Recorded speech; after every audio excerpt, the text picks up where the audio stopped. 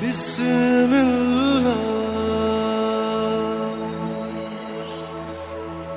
الرحمن الرحيم.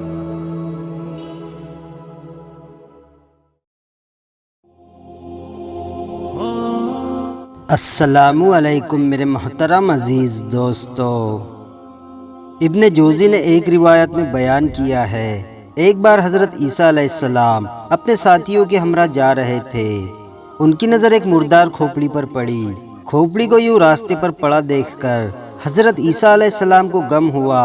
تبھی آپ علیہ السلام کے ساتھ تھی۔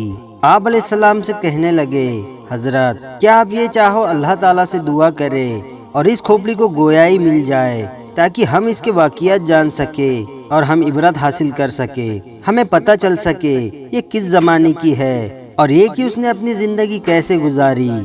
یہ سن کر حضرت عیسیٰ علیہ السلام ایک طرف کھڑے ہو کر اللہ کے حضور دعا کرنے لگے، اے خدا تو اپنی قدرت سے اس کھوپڑی کو گویائی عطا فرما دے تاکہ ہم اس کے احوال جان سکے۔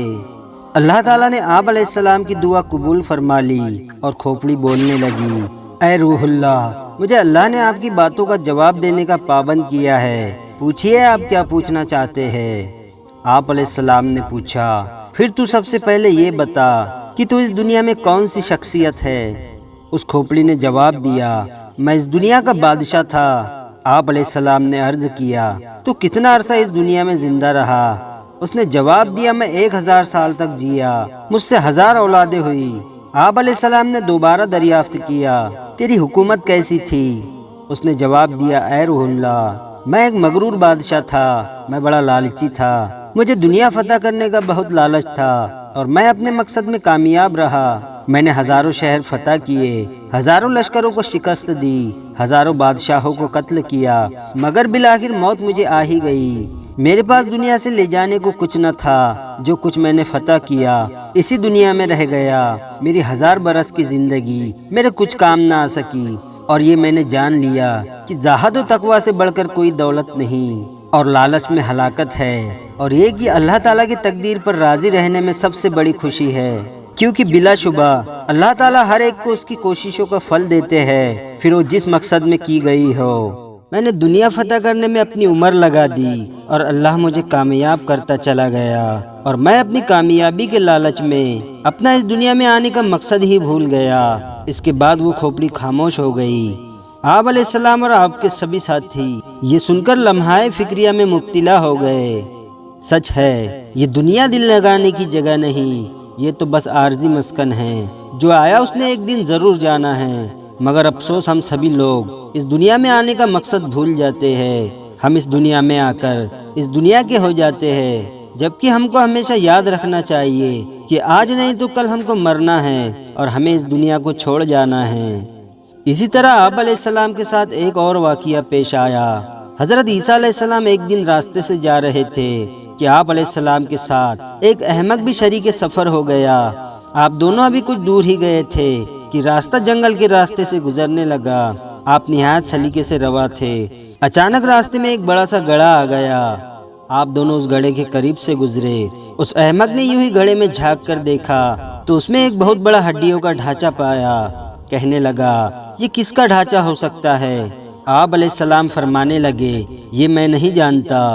اس احمق نے کہا، اے روح اللہ، وہ کون سا اسم اعظم ہے جسے پڑھ کر آپ مردوں میں جان ڈال دیتے ہیں؟ مجھے بھی وہ سکھا دیجئے تاکہ میں وہ پڑھ کر اس مردے کو زندہ کر سکوں۔ آپ علیہ السلام نے فرمایا، چپ کر جا اے احمق، تو اس اسم اعظم کو نہیں پڑھ سکتا۔ پھر وہ بے وقوف کہنے لگا، ٹھیک ہے حضرت، آپ خود ہی پڑھ دیجئے اور اس مردے میں روح پھونک دیجئے۔ اس کے بعد اس احمق نے اپنی بات پر شدید اصرار کرنا شروع کر دیا۔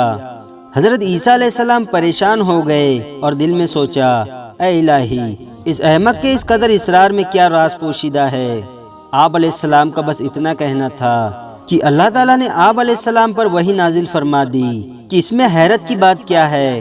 حماقت کو حماقت ہی کی تلاش ہوتی ہے اور بدنصیبی بدنصیبی کا ہی گھر ڈھونڈتی ہے۔ جب آپ علیہ السلام نے اس کو سمجھانے کی کوشش کی تو کہنے لگا، اے روح اللہ، اب آپ اپنا معجزہ دکھانے میں بخل سے کام کرنے لگے ہیں، یا شاید آپ کی زبان مبارک میں وہ پہلی جیسی تاثیر نہ رہی۔ یہ باتیں آپ علیہ السلام کو ناگوار گزری اور آپ علیہ السلام نے ان ہڈیوں پر اسم اعظم پڑھ کر پھونک دیا۔ جیسے ہی آپ نے ایسا کیا ان ہڈیوں میں حرکت پیدا ہو گئی اور ایک بہت بڑے بھیانک شیر میں تبدیل ہو گئی، اور اس شیر نے ایک دم اس احمق پر حملہ کر دیا اور اس کو پل بھر میں چیڑ پھاڑ کر پھاش پھاش کر دیا، حتیٰ کہ اس کی کھوپڑی کے 2 ٹکڑے کر دیے اور اس کا خون ایسے خالی ہو گیا جیسے کبھی اس میں مغز ہی نہیں تھا۔ یہ دیکھ کر حضرت علیہ السلام شیر سے مخاطب ہوئے اور دریافت کیا، اے جنگل کے درندے، تو نے اتنی تیزی سے اس شخص کو کیوں ہلاک کر دیا؟ شیر کہنے لگا، روح اللہ، اس لیے کہ اس بے وقوف نے آپ کی شان میں گستاخی کی اور آپ سے بد کلامی پر اتر آیا۔ یہ سن کر آپ علیہ السلام فرمانے لگے، تو نے اس کے ٹکڑے کر دیے، تو نے اس کو کھایا کیوں نہیں؟ شیر کہنے لگا، حضرت، میرا اب اس دنیا سے رزق ختم ہو گیا ہے، اگر میرا اس دنیا میں دانا پانی ہوتا تو میں مردوں میں شمار نہ کیا جاتا۔ اس کے بعد پھر وہ ایک بار ہڈیوں کا ڈھانچہ بن کر اس گڑھے میں گر گیا۔ در حقیقت حضرت عیسیٰ علیہ السلام کے اس معجزے کے ہونے کا سبق سمجھ میں آتا ہے کہ اللہ تعالیٰ دنیا کو آپ علیہ السلام کے ذریعے اس دنیا کی حقیقت سمجھانا چاہتے تھے، اور ایک بات یہ، جو جس حال میں ہے اسی میں بھی اللہ کی کوئی نہ کوئی حکمت ضرور ہوتی ہے۔ وہ کیا خوب کہا ہے کسی نے کہ نہ عروج اچھا ہے اور نہ زوال اچھا ہے، میرا مالک مجھے جس حال میں رکھے یہی حال اچھا ہے۔ ویڈیو پسند آیا ہو تو لائک اور شیئر ضرور کریں، اور آپ نے ابھی تک ہمارے چینل کو سبسکرائب نہیں کیا ہے تو اسے بھی سبسکرائب ضرور کر دے اور ساتھ میں بیل آئیکن دبا دے تاکہ ہر آنے والی نئی ویڈیو کی نوٹیفیکیشن آپ تک پہنچتی رہے۔